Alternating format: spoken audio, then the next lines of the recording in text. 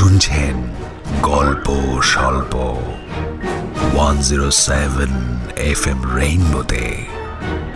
গল্প স্বল্প, গল্প স্বল্প। গল্পের সব চরিত্র কাল্পনিক, বাস্তবের সঙ্গে এর কোনো রকম মিল সম্পূর্ণ কাকতালীয়। চরিত্র ও ঘটনাবিন্যাস শুধুমাত্র শিল্প সৃষ্টির কারণেই নির্মিত। ধূমপান ও মদ্যপান স্বাস্থ্যের পক্ষে ক্ষতিকারক।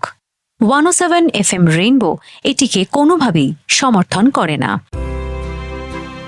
107 FM রেইনবোতে গল্প স্বল্প অরিজিনালসে আজ শুনবেন নাইট স্কুলের কমান্ডো দল। লিখেছেন সৈকত মুখোপাধ্যায়। লেখকের জন্ম এবং বেড়ে ওঠা হুগলি জেলার উত্তরপাড়া শহরে।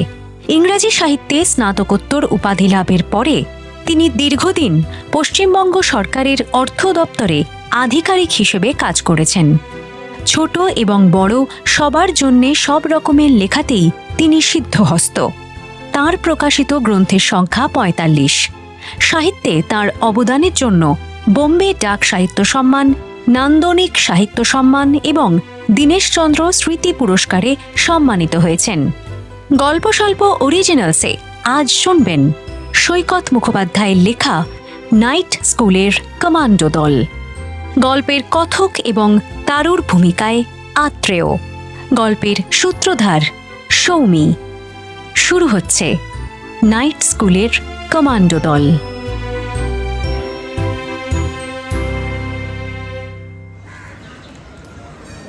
আমার ডাকনাম তারু, ভালো নাম তারাদাস মান্না। বেলেঘাটা খালপোল বস্তিতে থাকি। বয়স ১৯। রিসেন্টলি আমার জীবনে একটা দারুণ ঘটনা ঘটে গেছে, যাকে বলে মেমোরেবল ইভেন্ট। মাস ৬ আগে দাদু একবার ওই এসেটাই আমাদেরকে লিখতে দিয়েছিলেন, a memorable event in your life. একটা কথা প্রথমেই বলে রাখি, যাকে দাদু বলছি তিনি কিন্তু রক্তের সম্পর্কে আমার দাদু হন না, তবে সম্পর্কটা তার চেয়ে কিছু কম গভীর নয়। এই গল্পটাও দাদুকে নিয়েই। যা বলছিলাম, দাদু ওই এসেটা লিখতে দিয়েছিলেন। আমি তখন অবধি যেটা সবচেয়ে আমার জীবনে স্মরণীয় ঘটনা ছিল সেটার কথাই লিখেছিলাম যেদিন ট্রেনে ধূপ বেচতে গিয়ে আমার বাবার পা কাটা গেল সেই দিনটার কথা। শেষকালে এটাও লিখে দিয়েছিলাম যে বাবা এখন ভালো আছে, ক্রাচ নিয়ে চলাফেরা করছে, তবে কাজকর্ম বিশেষ কিছু করতে পারে না। বই বাঁধানোর কাজটা জানতো, কেউ বাড়িতে বই নিয়ে এলে বাঁধিয়ে দেয়।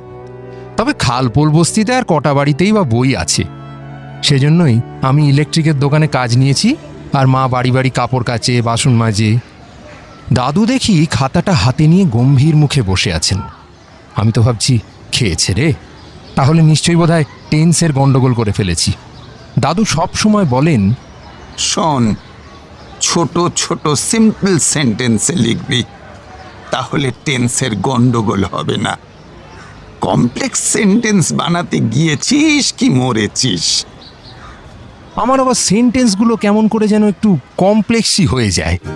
বুলে, বকাই, মান্তু আর টুকটুকির কিন্তু এই প্রবলেমটা নেই। ওরা বেশ ছোট ছোট ভাগে ভাগ করে লিখতে পারে। যাকে তারপর কি হলো বলি। দাদু তো খাতাটা হাতে নিয়ে চুপ করে বসে আছেন। তারপর একবার চশমাটা খুলে হাতে নিয়ে ধুতির কোঁচায় চোখ মুছলেন, ফোঁস করে দুবার নাক টানলেন, তারপর বললেন, বুঝলি তারু, লেখাটা খুব ভালো হয়েছে, খুবই ভালো হয়েছে। এসব তো আর চিল্লারে সোমের বাচ্চাগুলোর মতন বই থেকে মুখস্থ করে লেখা নয়। On a sunny morning I went to Calcutta zoo along with my parents. একেবারে জীবন থেকে তুলে আনা ঘটনা। আরে ভালো তো হবেই। চিল্লারে সোম মানে বুঝলে না তো? Children's on home. আমাদের খালপোল বস্তির সামনে বেলেঘাটা মেন রোডের ওপরেই একটা ইংলিশ মিডিয়াম স্কুল। ওই স্কুলের বাচ্চাদের যে অবাঙালি ভ্যান কাকুরা নিয়ে নিয়ে আসে, তারা অত বড় নামটা পরিষ্কার করে বলতে পারে না। তারা বলে কোন স্কুলের বাচ্চা না চিল্লারে সোমের বাচ্চা। ওই স্কুলটার উপরে দাদুর খুব রাগ, কারণ উনি যখন ওই স্কুলের হেডমিস্ট্রেসকে রিকোয়েস্ট করেছিলেন যে আমাদের 5 জনকে একটু ওনার স্কুলে ভর্তি করে নিতে, ক্লাস করাতে হবে না, শুধু যাতে মাধ্যমিক পরীক্ষাটায় বসতে পারি তার জন্য নামটা লিখিয়ে নিলেই হবে, তখন হেডমিস্ট্রেস ওনাকে খুব বাজে বাজে কথা বলে তাড়িয়ে দিয়েছিলেন। আর তাই ভ্যানওয়ালাদের দেওয়া ওই নামটা দাদুর খুব পছন্দ। আমাদের খাতায় কোনো ভুলচুক দেখলেই বলবেন, ইস, এটা তো চিল্লা রেশমের বাচ্চাগুলোও ঠিক করে দিত রে। আবার কখনো বলেন, একবার ডেকে নিয়ে আয় চিল্লা রেশমের দিদিমণিদের, দেখে যাক ইউনিটারি মেথড কেমন করে শেখাতে হয়। হ্যাঁ, যা বলছিলাম, দাদু তারপর মেমোরেবল কথাটার চারপাশে লাল কালি দিয়ে একটা গোল দাগ টেনে সেটার ওপর পেন বোলাতে বোলাতে বললেন, কিন্তু বাবা তারাদাস, এই শব্দটার অর্থ বোধহয় আমরা যা মনে রাখতে চাই, যা মনে রাখা উচিত। আমরা কি দুঃখের কথা মনে রাখতে চাই? চাই না।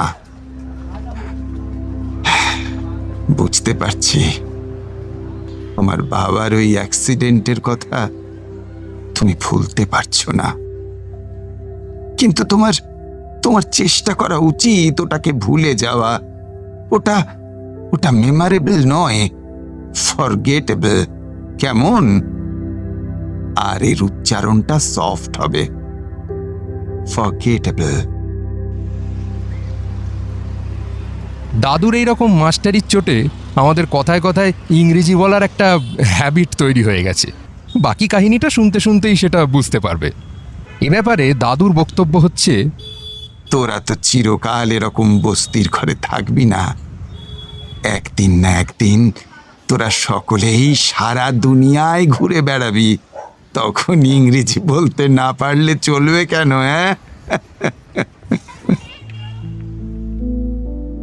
দাদুর এই স্বপ্নটা একটু একটু করে গত 3 বছরে আমাদেরও বুকের ভেতরে গেঁথে গেছে। খালপোল বস্তিতে পড়ে থাকবো না, পৃথিবীটাকে দেখব, জানব, উপভোগ করব। দেখেছ তো, দাদুর কথা বলতে গিয়ে কেবল কথার খেই হারিয়ে ফেলছি। দাদু সেদিন খাতাটা আমার হাতে ফেরত দিয়ে বলেছিলেন, তুমি এই এসেটা আবার নতুন করে লিখবে একটা আনন্দের স্মৃতির কথা। আমি ভয়ে ভয়ে ডেকেছিলাম, দাদু। হ্যাঁ, বলো। আমার যে সেরকম আনন্দের স্মৃতি কিছুই মনে পড়ছে না গো। কেন? তোমার বাবা যেদিন হাসপাতাল থেকে বাড়ি ফিরলেন সেই দিনটার কথা মনে পড়ছে না? হ্যাঁ, তা পড়ছে। তাহলে অ্যাক্সিডেন্টের দিনটার কথা লিখছো কেন? সেই ফিরে আসার দিনটার কথা লেখো। সেটা কি একটা মনে রাখার মতন দিন নয়? একজন মানুষ মৃত্যুকে হারিয়ে দিয়ে তার সন্তানের কাছে, তার স্ত্রীর কাছে, তার উপকারী প্রতিবেশীদের কাছে ফিরে এলেন। সেটার মধ্যে একটা প্রবল আনন্দের ব্যাপার নেই? এই হচ্ছেন আমাদের দাদু, শ্রীযুক্ত বাবু মল্লার সোম। নিজের নামটা নিয়ে দাদু নিজেই মজা করে বলেন, বেলেঘাটায় 2টি স্কুল, একটি চিল্লা রেশমের স্কুল, আরেকটি মল্লা রেশমের স্কুল। এবার তাহলে আমাদের স্কুল মানে মল্লা রেশমের স্কুল নিয়ে কয়েকটা কথা বলতেই হয়। আমাদের এই দ্বিতীয় মেমোরেবল এক্সপিরিয়েন্সের শুরুটা ওইখান থেকেই কিনা। দাদুর বাড়িটা বেলেঘাটা মেন রোডের একেবারে ওপরেই, রাসমণি গায়ের বাজারে। 100 বছরের পুরনো বেশ বড় দোতলা একটা বাড়ি। এখন খুবই জরাজীর্ণ অবস্থা, কিন্তু দেখলেই বোঝা যায় একসময় খুব সুন্দর একটা বাড়ি ছিল। লাল টুকটুকে সিমেন্টের মেঝে, 100 বছর ধরে মানুষের হাঁটা চলায় একেবারে তেল সিঁদুরের মতো চকচকে হয়ে গেছে। বড় বড় জানলায় কাঠের পাখি দেওয়া পাল্লা, জানলা দরজার ওপরের আর্চে পদ্ম আর আঙুরলতার আলপনা। দাদুর কাছেই শুনেছি যেভাবে ওই আলপনাগুলো দেয়া হতো তাকে বলে পঙ্খের কাজ। দোতলায় ধনুকের মতো বাঁকানো বারান্দা, আর সেই বারান্দার রেলিংগুলোর গায়ে অপূর্ব সুন্দর লোহার ঢালাইয়ের কাজ। কোনোটায় রাধাকৃষ্ণ, তারপর কোনোটায় ময়ূরী। দাদুর বাড়ির উঠোনে এমনকি একটা ফোয়ারা অবধি আছে। হ্যাঁ, যদিও সেই ফোয়ারায় আমরা তো কোন ছাড়, আমাদের বাবা কাকারাও কোনোদিন জল উঠতে দেখেনি। তবে ফোয়ারার মাঝখানে যে শ্বেতপাথরের পরিটা আছে, ওটাকে যদি কোনোদিন তুমি জ্যোৎস্না রাতে দেখো, তাহলে তোমার মনে হবে ওটা এক্ষুনি উড়ে চলে যাবে। তুমি অল্প অল্প ডানা নাড়ানোর আওয়াজও পেতে পারো। এই বাড়িরই বৈঠকখানা ঘরে আমাদের 5 জনকে নিয়ে দাদুর স্কুল। দাদু না থাকলে আমাদের লেখাপড়া শেখাই হতো না।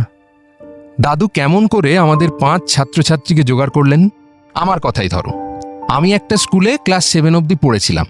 স্কুলটায় ক্লাস বিশেষ হতো না, ওই হাতে গোনা কয়েকজন টিচার ছিলেন, আর প্রতিটা ক্লাসে 100-র ওপরে স্টুডেন্ট। ক্লাস হলেও তার মাথা মুন্ডু কিছু বুঝতে পারতাম না, তাই পড়াশোনা করতে একেবারেই ভালো লাগছিল না। ওদিকে সাদা খাতা জমা দিয়ে বছরের পর বছর প্রমোশনটাও ঠিক পেয়ে যাচ্ছিলাম। মা বাবা ভাবতো ভালোই লেখাপড়া শিখছি বুঝি। তারপর বাবার ওই অ্যাক্সিডেন্টটার পরে আমাদের যখন প্রায় না খেতে পাওয়ার মতন অবস্থা, তখন আমাদেরই বস্তির লোটন কাকা বলল, চল তারু, আমার দোকানে কাজ করবি, চল। তোর বাবার এই অবস্থা, ছেলে হিসেবে তোর তো কিছু দায়িত্ব আছে নাকি? আমার তো ভারী আনন্দ হলো। যাক বাবা, স্কুল টুল ছেড়ে দিয়ে শিয়ালদায় লোটন কাকার ইলেকট্রিকের দোকানে কাজে ঢুকে পড়লাম। প্রথম কাস্টমাররা আমাকে বাড়িতে ঢুকতে দেখলেই ভুঁড়ু কুচকে বলতো, লোটনটার আক্কেল একবার দেখো, এইটুকুনি একটা ছেলেকে পাঠিয়েছে ফ্যান সারাতে। দেখিস বাবা, কারেন্ট খেয়ে আবার মরিস না যেন, তাহলে আমাদের পুলিশে ধরবে। কিন্তু তারপরেই আমি যখন কোমরে একটা ফ্লায়ার্স গুঁজে তত্তর করে ঘড়ান চিবে ওপরে উঠে বড় বড় ফ্যানের হাঁড়ি মাথায় করে নামিয়ে আনতাম, কিংবা ধরো পোঁ করে দেয়ালে ড্রিল করে আলোর ব্র্যাকেট নিমেষের মধ্যে ফিট করে দিতাম, তখন সেই কাস্টমারদের মুখে কথাই সরত না। এমন অবস্থা হলো যে কদিন বাদ থেকে লোটন কাকার কাছে ফোন আসতে শুরু করলো। তারুকেই পাঠাবি কিন্তু লোটন, অন্য কাউকে পাঠাস না। লোটন কাকা আমার মাইনে বাড়িয়ে দিল। দিব্যি কাটছিল দিনগুলো। শুধু মাঝে মাঝে কোনো স্কুল বাড়িতে লোটন কাকার সঙ্গে কাজ করতে গেলে ব্ল্যাকবোর্ড আর বেঞ্চিগুলো দেখে না মনটা কেমন যেন করতো। আমার পুরনো স্কুলের বইগুলো একটাও ফেলিনি, সব চৌকির নিচে একটা বাক্সর মধ্যে জড়ো করা ছিল। মাঝে মাঝে বার করে দেখতাম, বিশেষ করে বাংলা গল্প কবিতার বইগুলো। মনে হতো, ইস, যদি পড়াশোনাটা চালিয়ে যেতে পারতাম। এই সময় একদিন দাদু, মানে শ্রী মল্লার সোম, একটা কাঁধ ব্যাগে খানচারেক ছেঁড়া খোঁড়া ইংরেজি বই নিয়ে একে ওকে জিজ্ঞেস করতে করতে আমাদের বাড়িতে এসে হাজির। বাবা তখন উঠোনের একপাশে বসে মুড়ি খাচ্ছিল। দাদু বাবাকে বললেন, দেখো, আমার এই বইগুলো আমি হাতছাড়া করতে পারবো না। ভীষণ দামি বই কিনা। আমি বরং বসছি, তুমি আমার সামনেই এগুলোকে বাঁধিয়ে দাও। বাবা নাকি দাদুকে চিনত। বেলেঘাটার অনেকেই চেনে। দাদুর বাবা ছিলেন বিরাট জমিদার। ওই ফোয়ারাওয়ালা বাড়িটা তাঁরই বানানো। দাদু ইচ্ছে করলেই বিলেত গিয়ে জজ ব্যারিস্টার হয়ে ফিরতে পারতেন, কিন্তু তার সেরকম ইচ্ছেই হয়নি। তিনি চেয়েছিলেন শিক্ষক হতে। হয়েছিলেনও তাই। প্রায় একা হাতে মৌলালির কাছে একটা স্কুল তৈরি করেছিলেন। সারা জীবন সেখানেই পড়িয়েছেন। এখন সেই স্কুলটার বেশ নাম ডাক, সরকারি সাহায্যও পায়, কিন্তু স্কুলের কাজকর্ম দাদুর পছন্দ নয় বলে তিনি আর ওদিকটা মারান না। যাই হোক, বাবা তো 2 ঘন্টা ধরে যত্ন নিয়ে বইগুলোকে বাঁধিয়ে দিল, আর পুরো সময়টা দাদু আমাদের উঠোনে বসে বাবার সঙ্গে গল্প করলেন। তার মধ্যে কি কথা হলো কে জানে।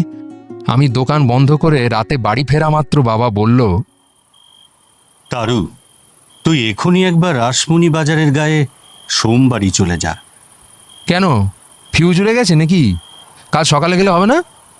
আরে ধুর, সোমকর্তা তোকে পড়াশোনা শেখাবেন, এমনকি তোকে মাধ্যমিক পাশ করানোর ব্যবস্থাও করে দেবেন বলেছেন। কিন্তু আমার দোকানের কাজ? আরে সেই জন্যই তো উনি তোদের রাত 9টার পরে পড়তে বসাবেন। 2-1 ঘন্টা যা হয় পড়ে আয় না। প্রথম দিন যে লজ্জা, যে ভয় নিয়ে রাসমণি বাজারের ওই বাড়িতে ঢুকেছিলাম তা আজও মনে আছে। পায়ে পায়ে বারান্দার লাগোয়া মস্ত ঘরটার দরজায় গিয়ে দাঁড়ালাম। বাইরে থেকেই দেখা যাচ্ছিল খুব রোগা আর লম্বা একজন মানুষ একটা মস্ত বড় টেবিলের একপাশে বসে আছেন। গায়ে ধবধবে সাদা হাফহাতা গেঞ্জি আর ধুতি। তার মুখটা বইয়ের দিকে নামানো, তাই শুধু এক মাথা সাদা চুলই দেখতে পাচ্ছিলাম। ওনার উল্টো দিকে বসেছিল আমারই বয়সী 2 ছেলে আর 2 মেয়ে। আমি এসেছি এটা বুঝতে পেরেই বয়স্ক মানুষটা মুখ তুলে তাকালেন। তখন দেখলাম মোটা কাঁচের চশমার আড়ালে বিশাল বড় বড় 2 চোখ, খাড়া নাক আর চওড়া কপাল।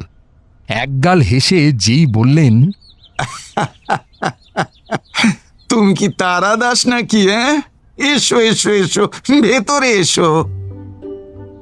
অমনি আমার সব ভয় আর লজ্জা কোথায় যেন উড়ে গেল। মনে হলো এই লোকটা আমার কতদিনের চেনা। উনি শেখালেন ওনাকে দাদু বলে ডাকতে।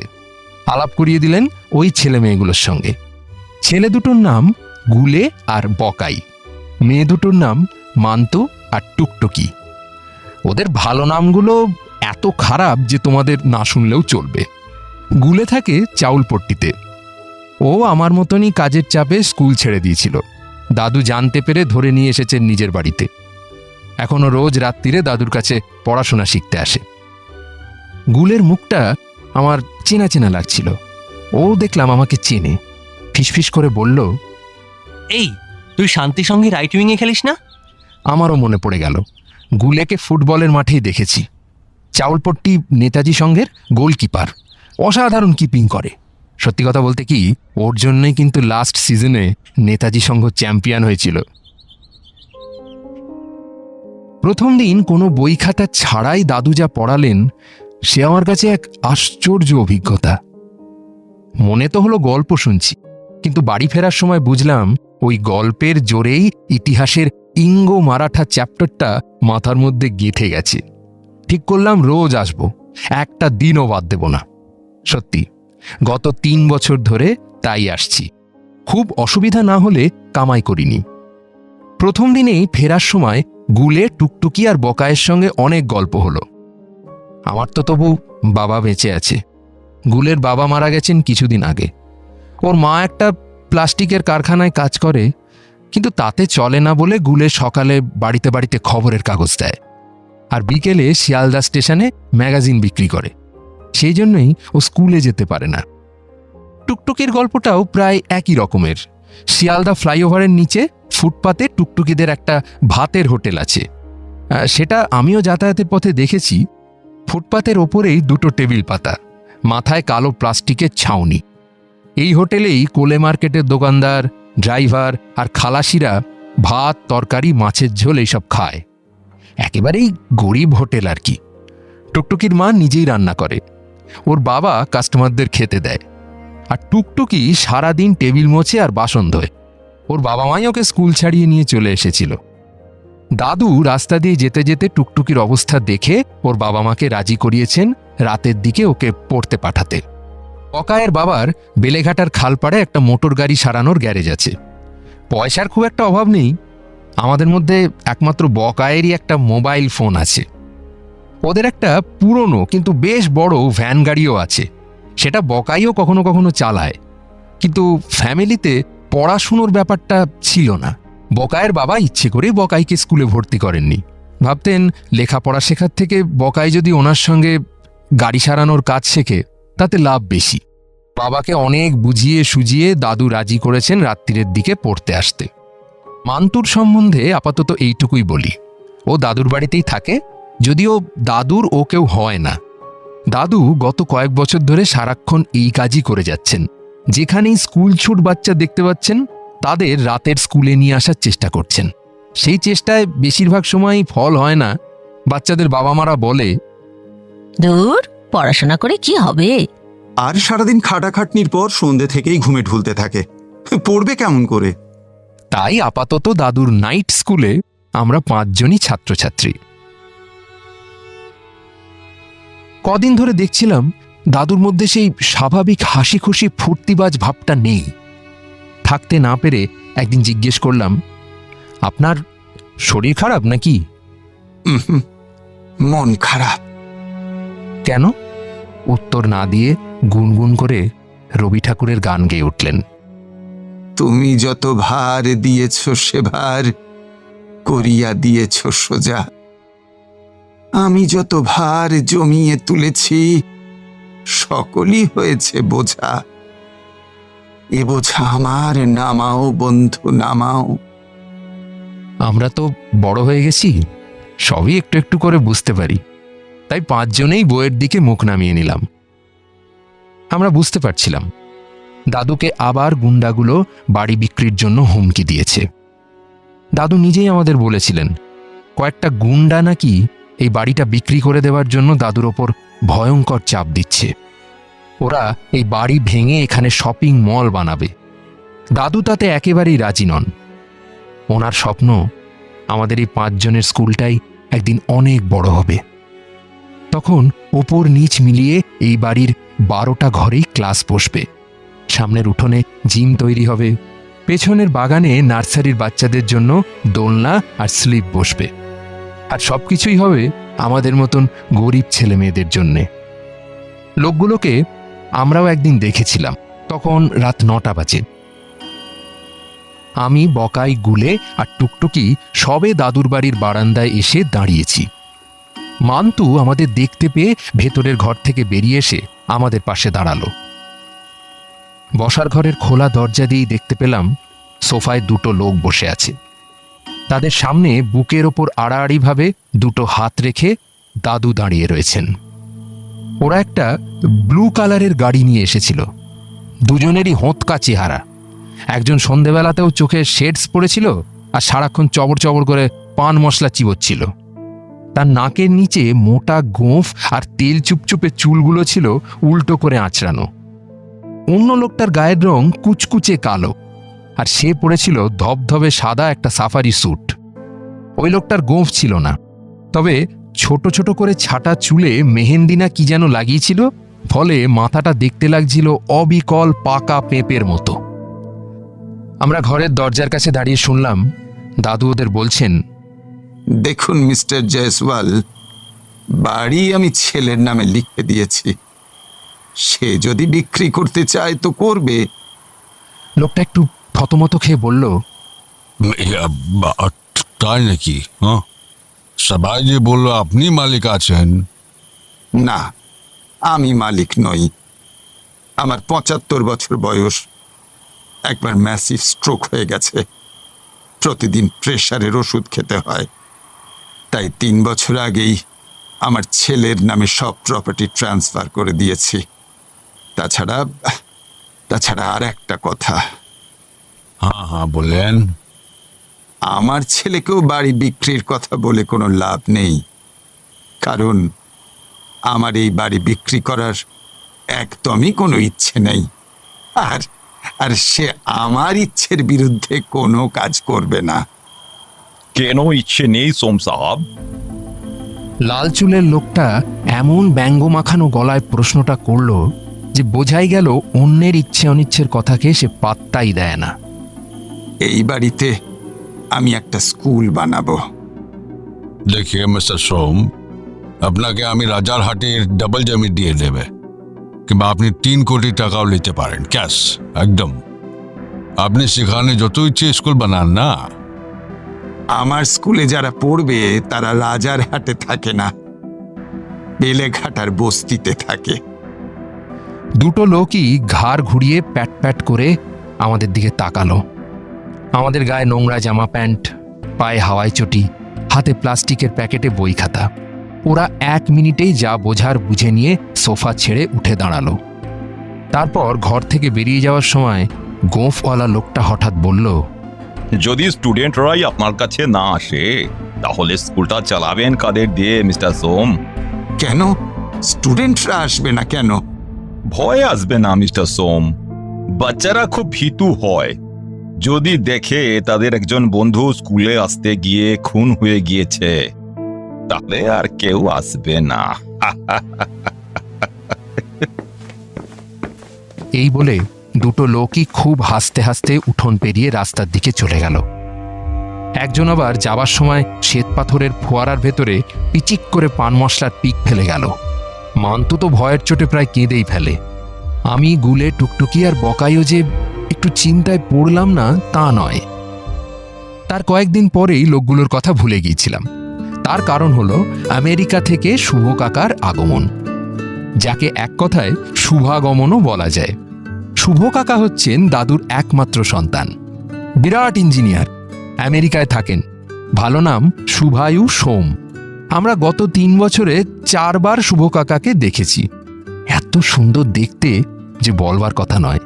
দাদুর মতনই লম্বা, ফর্সা আর টানা টানা চোখ নাক। মাথা ভর্তি কোঁকড়ানো চুল একদম ঘাড় অবধি লুটিয়ে পড়েছে। যদিও শুভ কাকু সবসময় জিন্স টি শার্ট আর পায়ে স্নিকার পরে থাকে, তবুও কোথায় যেন ওই বয়সের রবি ঠাকুরের সঙ্গে মুখের খুব মিল পাই। আর স্বভাবটাও একেবারে দাদুর মতন, সারাক্ষণ হো হো করে হাসছে, গান গাইছে। এ দেখো, শুভ কাকার কথা বলতে গিয়ে বেশিক্ষণ ওই আপনি আজ্ঞেটা চালাতে পারলাম না। আমার দোষ নেই, প্রথম যখন আলাপ হয়েছিল তখনই শুভ কাকা আমাদের বলে দিয়েছিল। এই একদম আপনি আজ্ঞা করবে না, তুমি বলবে, শুনতে খুব মিষ্টি লাগে। শুভ কাকা কলকাতায় এলে আমাদের আর কাজে যেতেও ভালো লাগে না, বাড়ি যেতেও না। মনে হয় সারাক্ষণ দাদুর বাড়িতেই পড়ে থাকি। শুভ কাকাও যেন যতটা সময় আমাদের সঙ্গে কাটাতে পারে ততই বাঁচে। বিকেলবেলায় সোমবাড়ির ছাদে যখন আমাদের সঙ্গে রবারের বল নিয়ে ফুটবল খেলে, তখন ওকে দেখে কে বলবে বলো তো, অত বড় ইঞ্জিনিয়ার। শুভ কাকা যতবার কলকাতায় আসে আমাদের 5 জনের জন্য এত জামা কাপড় নিয়ে আসে, আমাদের বাবা মা ভাই বোনদের জন্যও নিয়ে আসে। তাছাড়া মান্তু আর টুকটুকির জন্য সাজুগুজুর 1000টা জিনিস। শুভ কাকা এখানে এলে আমাদের 5 জনের অন্তত গোটা 5 ভালো সিনেমা তো দেখা হয়ে যায়। তাছাড়া তখন সবাই মিলে যে একটা কোথাও বেড়াতে যাব, সেটাও প্রায় নিয়মে দাঁড়িয়ে গেছে। যেমন আগের বছর গিয়েছিলাম শান্তিনিকেতন, তার আগের বছর পুরুলিয়ার অযোধ্যা পাহাড়, আর তার আগের বছর মন্দারমণি। একটা বড় গাড়ি ভাড়া করে শুভ কাকা, আমি, বকাই, গুলে, মান্তু আর টুকটুকি বেরিয়ে পড়ি। দাদু যান না, একে তো ওনার হার্টের অসুখ, তাছাড়া উনি বলেন, ভালো কোনো জায়গায় বেড়াতে গেলেই যে তোদের ঠাম্মার জন্য খুব মন কেমন করে। রাসমণি বাজারের বাড়িতে এমনিতে সারা বছর মাত্র 3টে মানুষ থাকেন, দাদু, মনুদিদা আর মান্তু। মনুদিদার বয়স দাদুর চেয়ে একটু কম। তিনি দাদুর কিরকম যেন বোন হন। সোমবাড়ির রান্নাবান্না, ঘর সংসারের সব কাজ মনুদিদাই সুপারভাইজ করেন। আমরা বেড়াতে গেলে দাদু আর মনুদিদা এই দুজন বাড়িতে থাকেন। এবার দিন দুয়েক কলকাতায় কাটিয়েই শুভ কাকা বলল, চলো সুন্দরবন ঘুরে আসি বরং।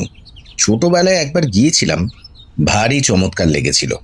এখনো মনে আছে জানো, ওখানকার নদীগুলোর জলের রং নীল আর পাড়ের গাছগুলো একেবারে ঝলমলে সবুজ। এমন কালার কম্বিনেশন কোথাও দেখিনি। চলে গেলাম হই হই করে সুন্দরবন। গলা খুলে গাইলাম সুন্দরবনের সুন্দরী গাছ গানটা। তারপর 2 দিন বাদে ফেরার পথ ধরলাম। আর ফিরে আসার পথেই খবর পেলাম দাদু আগের দিন সন্ধেবেলা থেকে বাড়ি ফেরেননি। শুভ কাকার সেলফোনে মনুদিদাই দুঃসংবাদটা জানালেন। সেদিনটা ছিল সোমবার, ঘড়িতে তখন বাজে 12টা।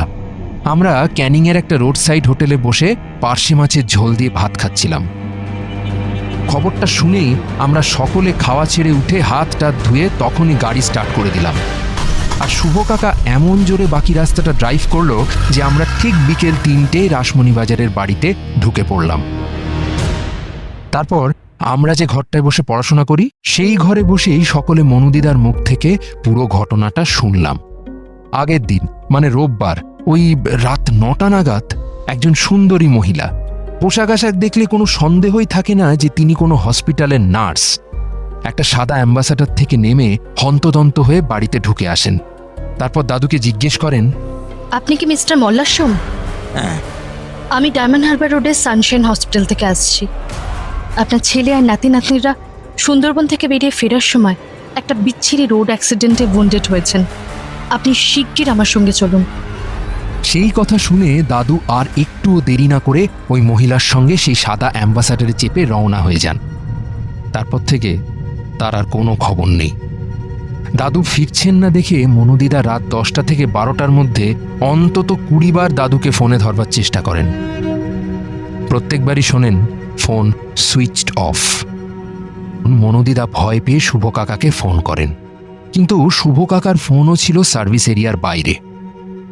সত্যি, কাল আমরা পাথর প্রতিমার যে ট্যুরিস্ট বাংলোটাতে ছিলাম সেখানে মোবাইলের টাওয়ার ছিল না। শুভ কাকা বলল, তারপর আর কি, কাল রাত থেকে একবার দাদার ফোনে আর একবার তোর ফোনে আমি সমানে চেষ্টা করে যাচ্ছি। দাদার ফোন সারাক্ষণ সুইচ অফ বলছে, তোর ফোন বলছে সার্ভিস এরিয়ার বাইরে। শেষে আমি আর থাকতে না পেরে ওই পাশের বাড়ির অনিমেষ বাবু, ওনাকে সব ঘটনা খুলে বললাম বললাম আমাকে একটু সানশাইন হসপিটালে নিয়ে যেতে পারবেন? শুভ, তারু, গুলে ওরা বেঁচে আছে, এরা মরে গেছে, আমি তো তাই বুঝতে পারছি না। উনি উনি তারপরে ওই কি বলে ওই নেট টেট সমস্ত দেখে উনি বললেন ডায়মন্ড হারবার রোডে সানশাইন হসপিটাল বলে কোনো হসপিটাল নেই। ইনফ্যাক্ট সারা কলকাতাতেই ওর নামে কোনো হাসপাতাল নেই। শুনে তো আমার মাথায় বাজ ভেঙে পড়লো। তারপর তারপর তারপর 12টা নাগাদ তোকে ফোনে ধরতে পারলাম। এবার তুই বল শুভ, আমি আর কি করতে পারতাম, তুই বল। শুভ কাকা 2 হাতে মাথাটা চেপে ধরে বলল, ও গড, আমার বাবাকে তুমি কোন ধাতুতে গড়েছিলে ভগবান? কলকাতায় এমন কোন হাসপাতাল আছে যারা রুগীর আত্মীয়কে নিয়ে যাওয়ার জন্য বাড়িতে গাড়ি পাঠিয়ে দেয়? বাবা এই জলের মতন মিথ্যে কথাটায় বিশ্বাস করে গাড়িতে উঠে পড়ল। মান্তু, বাবার একটা ফোন নাম্বারে লেখা ডায়েরি ছিল, সেটা কোথায় রাখতো জানিস? হ্যাঁ, ওই বেডসাইড টেবিলের ড্রয়ারে। একটা কাজ করতো, নিয়ে আয়, দেখ তো বেলেঘাটা থানার নাম্বারটা পাস কিনা। মান্তু সবে টেবিলটার দিকে পা বাড়িয়েছে, এমন সময় আমাদের সবাইকে চমকে দিয়ে দাদুর পুরনো আমলের ল্যান্ডলাইনের রিসিভারটা কিড়িং কিড়িং করে বেজে উঠল। শুভ কাকা লাফ মেরে উঠে ফোনটা ধরল। তারপর মিনিট 3 ধরে ওদিকের কথা শুনে রিসিভারটা নামিয়ে রাখল। আমরা দেখলাম, প্রথমত শুভ কাকার কপালে ফোঁটা ফোঁটা ঘাম, দ্বিতীয়ত ওর হাত দুটো কাঁপছে, আর তৃতীয়ত রিসিভারটা ক্রেডালের ওপর না রেখে শুভ কাকা পাশে নামিয়ে রাখল। আমি শুভ কাকার হাত ধরে একটা চেয়ারে বসিয়ে জিজ্ঞাসা করলাম, কি হয়েছে শুভ কাকা? কে ফোন করেছিল? কিডন্যাপার। এই ভয়টাই পাচ্ছিলাম। বাবা হ্যাজ বিন কিডন্যাপড। ওরা কি বলল? শুভ কাকাকে কথাটা জিজ্ঞেস করতে গিয়ে দেখলাম আমার গলার ভেতরে কে যেন অনেকখানি আঠালো ঘুড়ির মাঞ্জা পড়ে দিয়েছে। কথা বলতে ভীষণ অসুবিধে হচ্ছে। তাছাড়াও বুকের ভেতরে দুমদাম করে হৃৎপিণ্ডটা লাফালাফি করছিল। স্ট্যাম্প পেপার কাকে বলে জানিস? যে কাগজের ওপরে বাড়ি বিক্রির দলিল লেখা হয়, সেরকম 10টা ফাঁকা স্ট্যাম্প পেপারে সই করে রাখতে বলল। ওরা পরে বলবে কাগজগুলো কোথায় রেখে আসতে হবে। ওরা মানে কি ওই দাদুকে যারা বাড়ি বিক্রির জন্য চাপ দিচ্ছিল? তোরা কি ব্যাপারটা জানিস নাকি? হ্যাঁ জানি, এমনকি আমরা ওই গুন্ডাগুলোকে দেখেওছি। শুভ কাকা, ওরা আর কি বলল?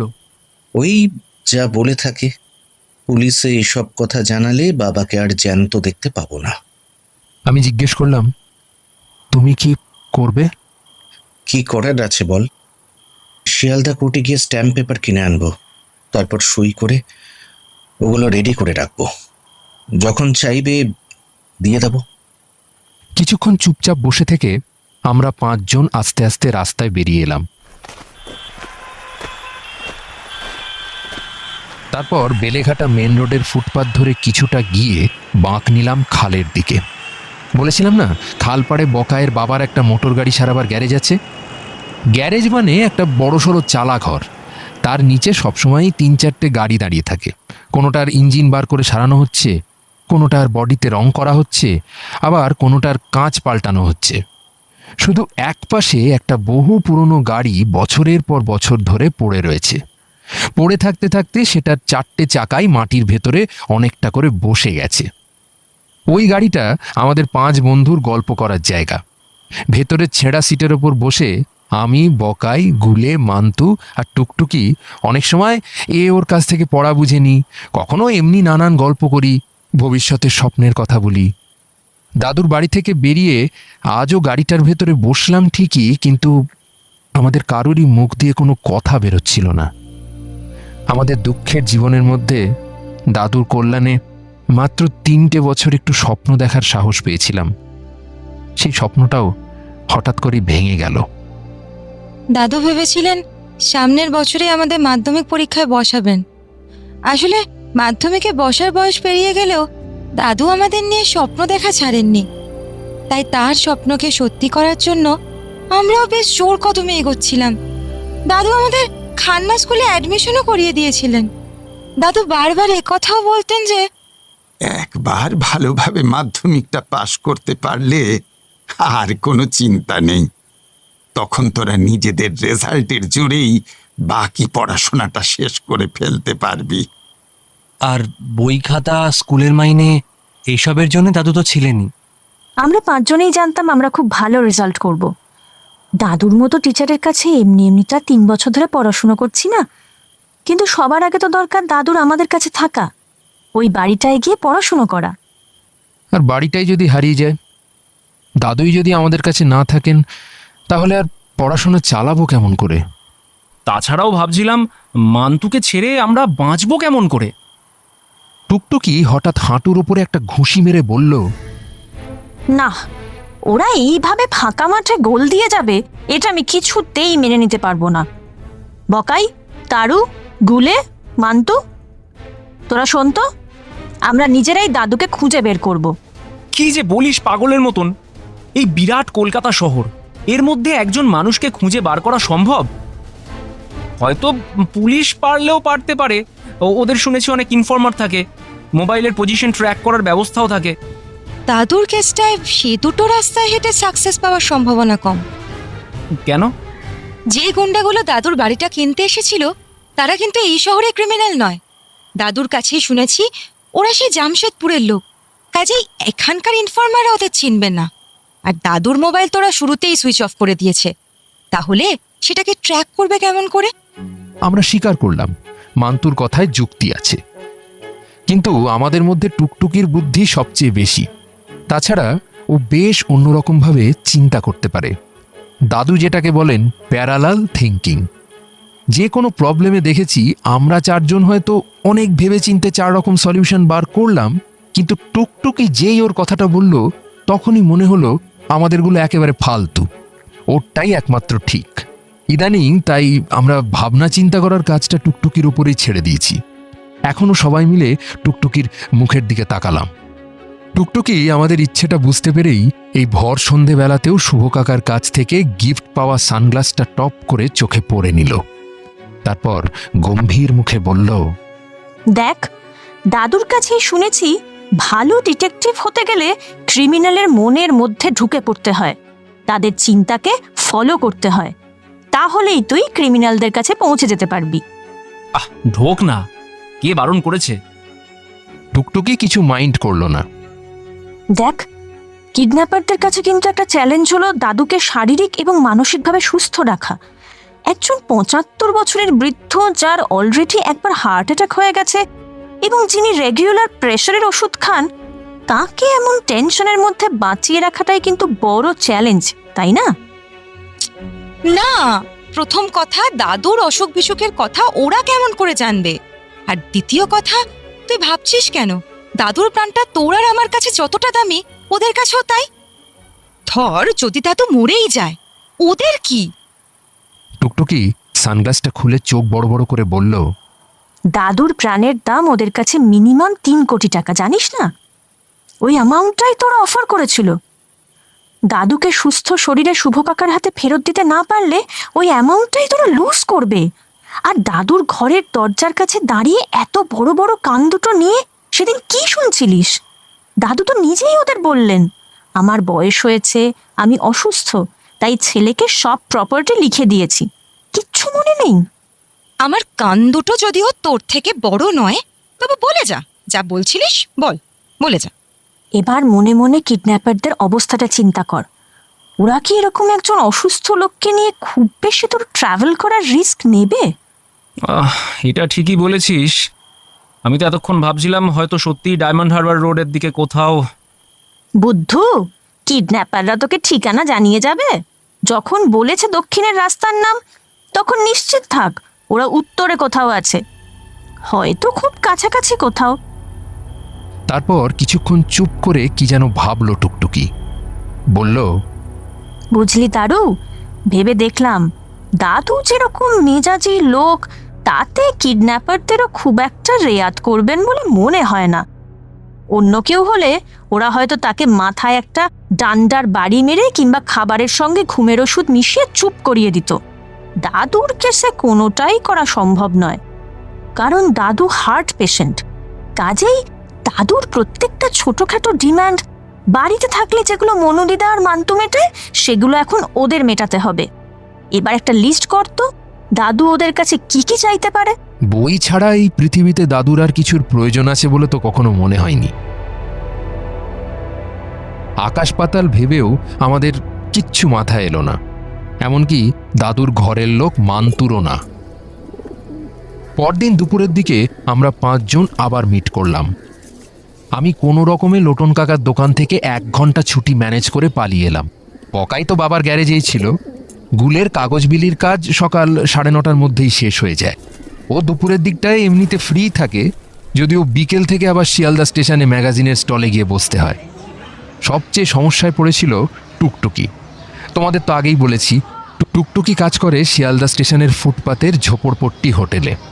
দুপুরের দিকেই ওর কাজের চাপ সবচেয়ে বেশি থাকে।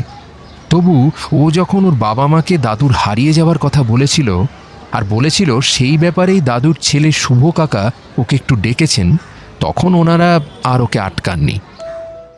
মান্তুর কথা তোমাদের এতক্ষণ বলিনি, এবার বলি। বিশ্বাস করা না করা অবশ্য তোমাদের হাতে।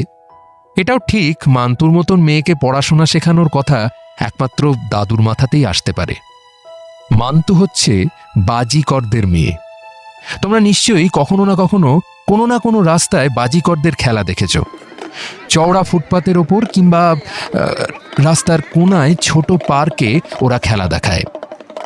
ছেলেদের পরনে থাকে হাঁটু অবধি মালকোচা মারা ধুতি আর কুর্তা, তাদের কানে মাকড়ি বাবরি চুল আর মোটা গোঁফ। মেয়েরা পরে থাকে রংচঙে ঘাগরা আর কাঁচ বসানো লম্বা হাতার ব্লাউজ। তাদের চিবুকে উল্কি, হাতের কনুই অবধি কাঁসা পেতলের গয়না। তারা সবাই ঢোল আর কাঁসি বাজিয়ে লোক জড়ো করে, তারপর বাঁশের ওপর দড়ি খাটিয়ে সেই দড়ির ওপর দিয়ে হেঁটে চলে যাওয়ার খেলা দেখায়। ছোট্ট তারের রিংয়ের মধ্যে দিয়ে তাদের বাচ্চারা অদ্ভুতভাবে শরীরটাকে দুমড়ে মুচড়ে এদিক থেকে ওদিকে পার করে দেয়। হাওয়ায় ছোড়া ছুঁড়ে দিয়ে দাঁত দিয়ে আবার সেই ছোড়া লুফে নেয়। জাগলিংয়ের খেলা দেখায়। যারা ভিড় করে দাঁড়িয়ে ওদের খেলা দেখে, তারাই খেলা শেষে কিছু টাকা পয়সা দেয়। তাই দিয়েই গরিব বাজিকরদের সংসার চলে। মান্তু এরকমই এক বাজিকরের মেয়ে। 3 বছর আগেও কলকাতার রাস্তায় রাস্তায় ঘুরে খেলা দেখাতো। একদিন রাস্তা দিয়ে যেতে যেতে দাদু দেখেন খেলার শেষে বাজিকরের বউ ফুটপাতে ইটের উনুন বানিয়ে রান্না চাপিয়েছে। অন্য বাচ্চা কাচ্চাগুলো ততক্ষণে ফুটপাতের ওপরেই তুমুল খেলা জুড়েছে, কিন্তু একটা বছর 12 মেয়ে কোনো দিকে না তাকিয়ে এক মনে একটা পুরনো বই কোলের ওপর রেখে পড়ে যাচ্ছে। দাদু সেই মেয়েটার পাশে উবু হয়ে বসে তার সঙ্গে গল্প জুড়ে দেন। গল্পে গল্পে জানতে পারেন বছরে একবার মেয়েটা যখন রাজস্থানে তার দেশে যায়, তখন 2 মাসের জন্য একটা প্রাইমারি স্কুলে পড়াশুনো করে। তারপর আবার 10 মাসের যাযাবর জীবন। তখন মেয়েটা ওই 2 মাসের পড়াটাকেই আবার আবার অসংখ্যবার পড়ে পড়ে মুখস্থ করে ফেলে। মেয়েটার সঙ্গে একটু কথা বলেই দাদু বুঝেছিলেন ওর মাথা ভয়ঙ্কর শার্প। দাদু তখন প্রায় হাতে পায়ে ধরেই মেয়েটার বাবা মার কাছ থেকে মেয়েটাকে চেয়ে নেন। সেই মেয়েই হলো মান্তু। তখন থেকেই মান্তু কিন্তু দাদুর কাছে থাকে। দাদু ওকে নিজের নাতনির মতনই ভালোবাসেন। আমাদের মধ্যে মান্তুই পড়াশোনায় সবচেয়ে ভালো। মিটিংয়ে মান্তু আমাদের জানালো কিডন্যাপারগুলো আজ সকালে ল্যান্ডলাইনে আবার ফোন করেছিল। শুভ কাকা ওদের কাছে দাদু যে বেঁচে আছেন এবং ভালো আছেন তার প্রমাণ চায়। তখন ওরা দাদুর সঙ্গে শুভ কাকার কথা বলিয়ে দেয়। দাদু কথা বললেন? হ্যাঁ বললেন। আমার নিজের জন্য ভাবি না শুভ, কিন্তু আমি মরে গেলে ওই 5টা ছেলে মেয়ের কি হবে? তার চেয়ে তুই বাড়িটা মাফিয়াগুলোকে দিয়েই দে। আমরা আশেপাশে কোথাও একটা ছোটখাটো বাড়ি কিনে থাকবো। স্কুলটা হবে না, তার আর কি করা যাবে? কোনো মানুষই কি আর সব যুদ্ধে জিততে পারে? তারপর শুভ কাকা জিজ্ঞেস করলো, তোমাকে ওরা কোনো কষ্ট দিচ্ছে না তো বাবা? আরে না না, খুব তো আজে রেখেছে। এমনকি প্রেশারের ওষুধ অব্দি কিনে এনে খাওয়াচ্ছে। জানে তো যদি টেসে যাই তাহলে সব প্ল্যানই মাটি হবে। শুধু সবকটা নিউজ পেপার পড়তে পারছি না, এটাই যা দুঃখ। তারপর তারপর দাদুর হাত থেকে ওরা ফোনটা নিয়ে নিল।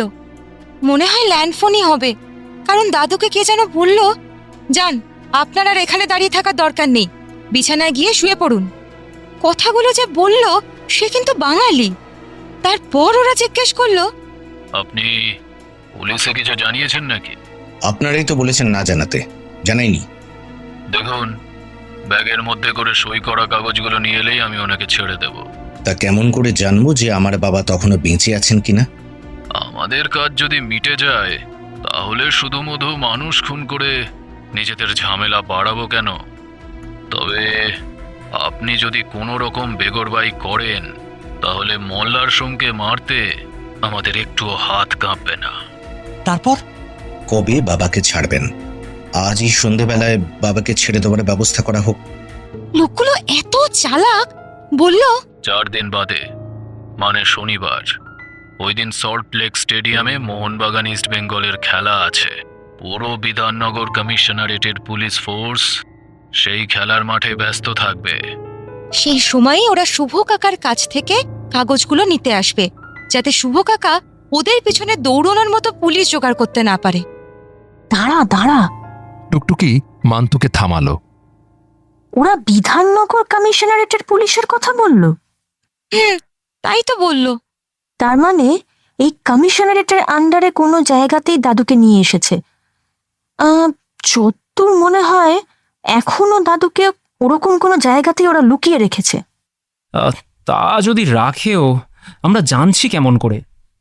Salt lake, Baguiati, lake town সব মিলিয়ে কমিশনারেটের আন্ডারে কি একটুখানি জায়গা? আমরা হতাশ মুখে বসে রইলাম। টুকটুকি হঠাৎ বলল, আচ্ছা মান্তু, তোর কথা শুনে তো মনে হচ্ছে তুই ফোনের কথাগুলো নিজের কানে শুনেছিস, তাই না? শুনেছি তো, আমাদের ল্যান্ডলাইনের একটা এক্সটেনশন আছে জানিস না? পাশের ঘরে সেটা কানে লাগিয়েই তো দাঁড়িয়েছিলাম। ও হাত বাড়িয়ে মান্তুর কাঁধটা চেপে ধরে বলল, তাহলে একটু মনে করার চেষ্টা কর না, ফোনের মধ্যে এমন কিছু শুনেছিলিস কিনা যাতে জায়গাটার সম্বন্ধে একটা আঁচ পাওয়া যায়। ট্রামের শব্দ ছিল? আচ্ছা, কেউ কাউকে কি নাম ধরে ডাকছিল? না, ওসব কিছু না, কিন্তু অন্য রকমের একটা আশ্চর্য শব্দ পেয়েছিলাম জানিস, যেন বিরাট একটা ঘন্টা গম্ভীর আওয়াজ করে থেমে থেমে বাজছে। দমকলের ঘন্টা? না না, বললাম না, গম্ভীর আওয়াজ, ঢং ঢং ঢং করে, যেন কেউ একটা পিটা ঘন্টা বাজাচ্ছিল। কবার বেজেছিল? এই মা, তা তো গুনেনি। আসলে আমার মন তো তখন ছিল ওদের কথার দিকে। ঠিক আছে, আচ্ছা একটা কথা বলতে পারবি, কিডন্যাপারদের ফোনটা কটার সময় এসেছিল? 8:58। বাবা মান্তু, এইভাবে কেউ সময় দেখে রাখে নাকি? একেবারে 8:58 সেকেন্ডটাও বলে দিতে পারবি মনে হচ্ছে। হ্যাঁ গো, পারবো। 8:58 16 সেকেন্ড। আমার সামনেই একটা ডিজিটাল টেবিল ক্লক ছিল বুঝলে, তাতে ওইভাবেই সময় দেখায়। টুকটুকি হঠাৎ আকাশের দিকে ডান হাতের মুঠোটা ছুঁড়ে দিয়ে বলল, ইয়েস, গট ইট। জায়গাটা কোথায় বুঝতে পেরেছিস? পেরেছি তো, তোরা পারিসনি তো? ফোনের মধ্যে মান্তু যেটা শুনেছিল সেটা একটা ঘড়িতে 9টা বাজার শব্দ। কথা বলতে বলতে নিশ্চয়ই 2 মিনিট কেটে গিয়েছিল, আর তখনই ঘড়িটা বাজতে শুরু করেছিল। কিন্তু ওরকম রাজবাড়ির দেউড়ির মতন পেটা ঘন্টার ঘড়ি আজকাল কোথাও আছে নাকি? আছে, এবং তার চেয়েও যেটা ইম্পর্ট্যান্ট, বিধাননগর কমিশনারেটের আন্ডারে একটা জায়গাতেই আছে, লেক টাউনের মোড়ের বিগ বেন। মনে পড়ছে? আমরা 4 জনেই এমন লাফিয়ে উঠলাম যে গাড়ির ছাদে মাথা ঠুকে গেল। সত্যিই তো, এখনো 1 বছরও হয়নি লেক টাউনের মোড়ে ভিআইপি রোডের ধারে বিশাল উঁচু ক্লক টাওয়ারের মাথায় লন্ডনের বিগ বেনের নকল তৈরি হয়েছে। তাতে প্রতি ঘন্টায় আসল বিগ বেনের মতনই ঘন্টা বাজে। সেই ঘন্টার গম্ভীর আওয়াজ অনেক দূর থেকে শুনতে পাওয়া যায়। ওই সময় আশেপাশের বাড়িতে দাঁড়িয়ে ফোনে কথা বললে নিশ্চয়ই সেই শব্দ অন্য প্রান্ত থেকে শোনা যাবে। মান্তুও নিশ্চয়ই সেই শব্দই শুনেছিল। গুনলে দেখতে পেত 9 বার বেজেছে। আমাদের উচ্ছ্বাসটা ঝিমিয়ে পড়তে অবশ্য ঠিক 1 মিনিট লাগলো।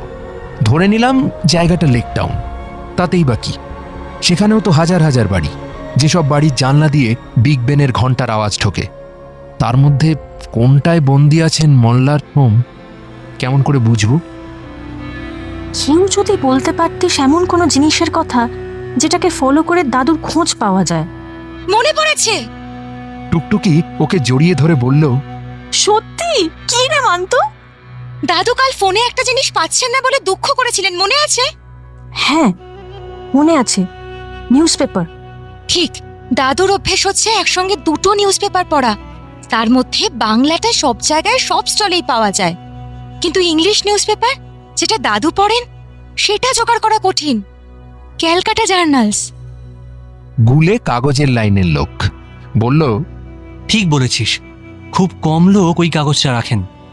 এক পিসের দাম 11 টাকা। সেই জন্যই ওরা দাদুকে নিউজ পেপারটা দিতে পারেনি। গুলে, তুই আজকেই একবার লেক টাউনের নিউজ পেপারের ডিস্ট্রিবিউটরের সঙ্গে কথা বলবি তো, খোঁজ নিবি নতুন করে কেউ ক্যালকাটা জার্নালের গ্রাহক হয়েছে কিনা। ওরা কি দাদুকে অনন্তকাল ধরে রাখবে নাকি যে গ্রাহক হবে?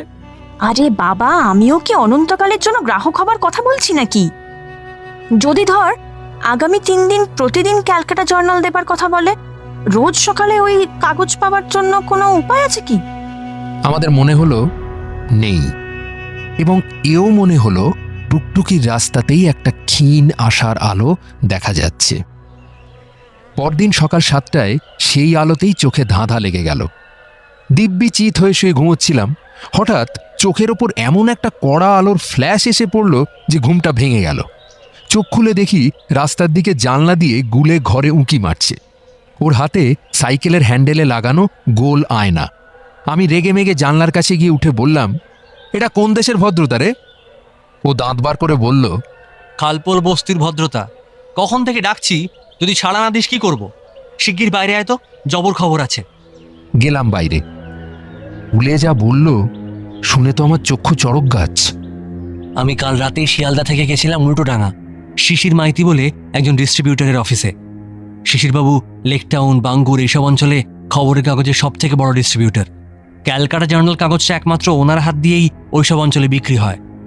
শিশিরবাবু আমাকে খুব ভালোবাসেন।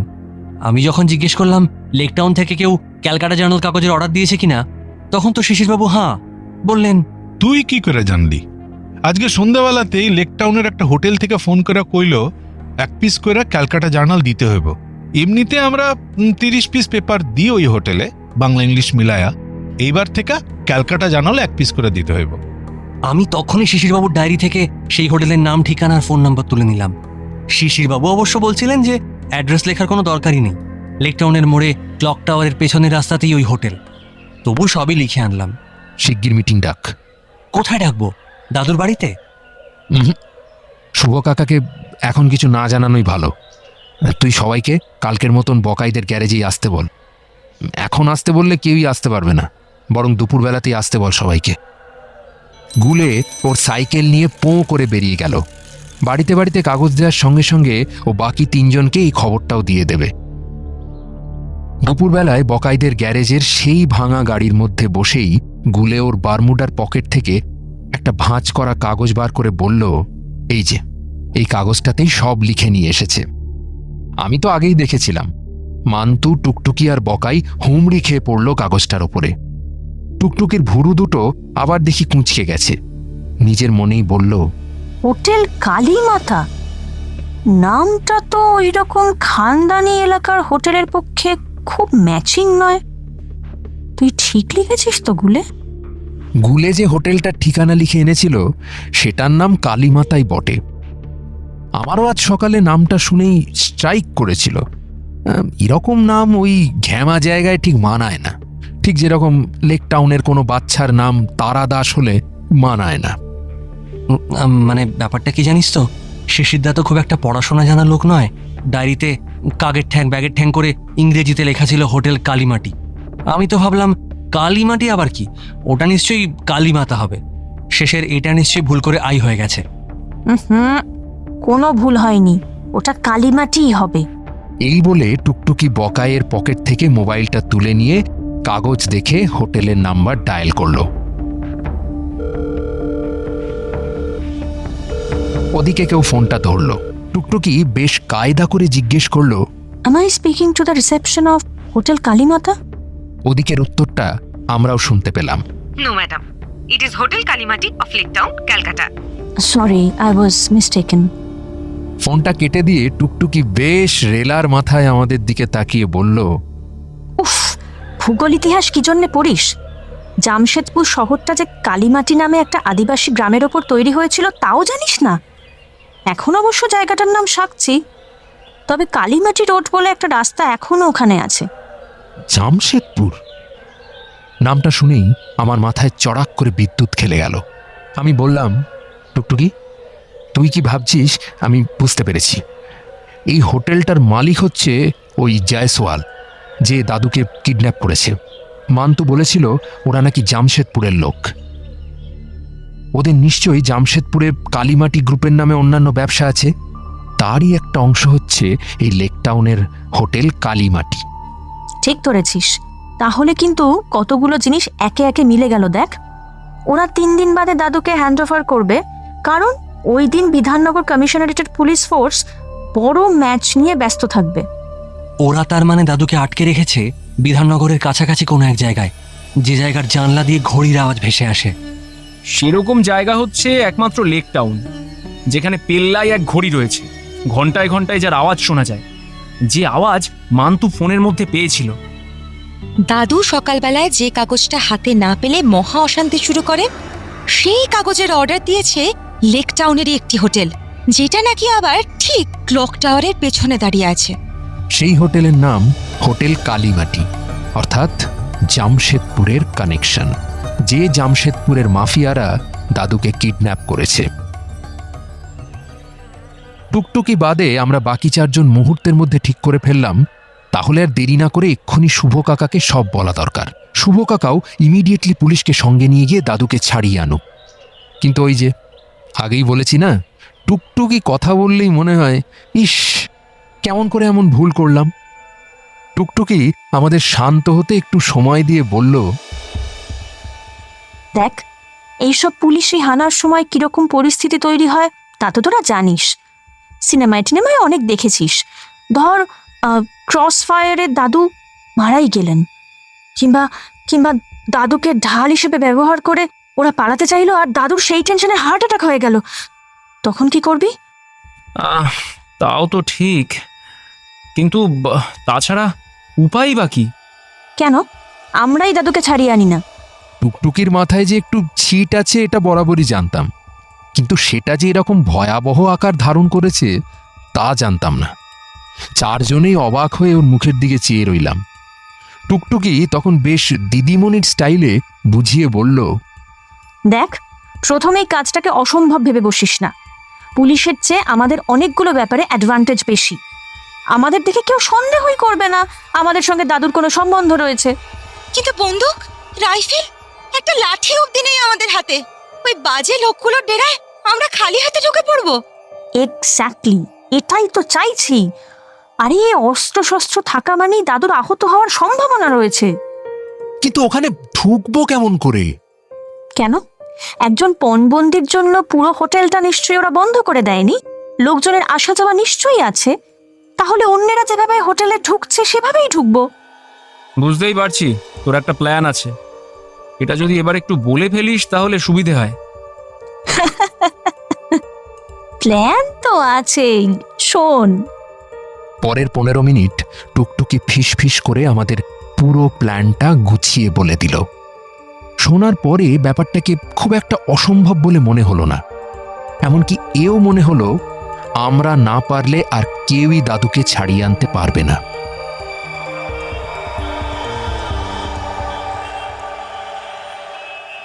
ফেরবার পথে একবার রাসমণি বাজারের বাড়িটা ঘুরে গেলাম।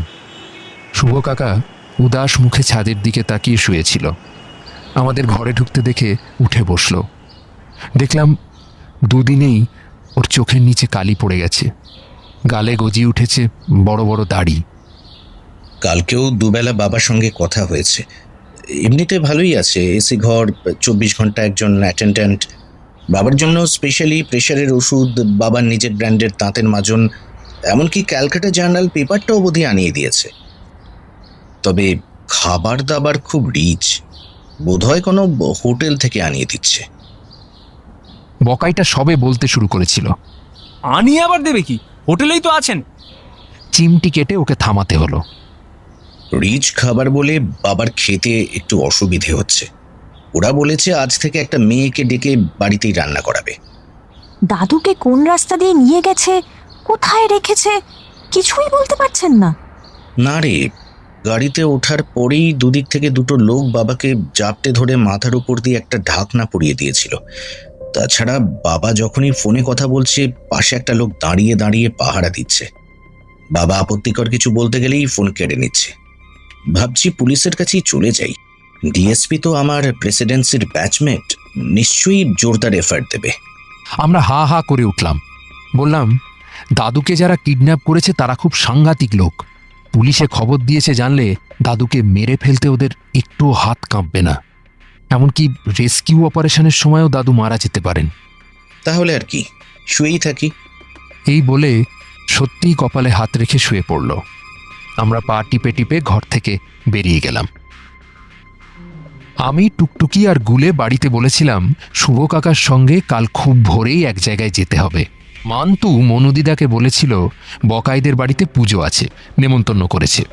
আর বকাই ওর বাবাকে বলেছিল শুভ কাকার খুব ভোরে একটা গাড়ির দরকার, অন্য কেউ রাজি হচ্ছে না, তাই ওকেই যেতে হবে। বলা বাহুল্য সবকটাই গুল, তবে এরকম গুল আমরা মাঝে মধ্যেই মেরে থাকি। শেষমেশ বকাইয়ের ভ্যানে চেপে আমরা যখন লেক টাউনের মোড়ে পৌঁছলাম, তখন বিগ বেনের ডায়ালে কাঁটা দুটো সময় দেখাচ্ছে 6:30। আরও একটু আগেই আসতে পারতাম, কিন্তু গুলেকে সেদিনের খবরের কাগজের বান্ডিল এমনকি সাইকেলটা অবধি ভ্যানের পেছনে চাপিয়ে নিয়ে আসতে হয়েছে। ওই জন্যেই একটু দেরি হলো। এত সকালে রাস্তায় লোকজন বিশেষ নেই। আমরা হোটেল খুঁজতে চললাম। একসঙ্গে নয় অবশ্যই, একজনের সঙ্গে আরেকজন অনেকটা গ্যাপ রেখে হাঁটছিলাম।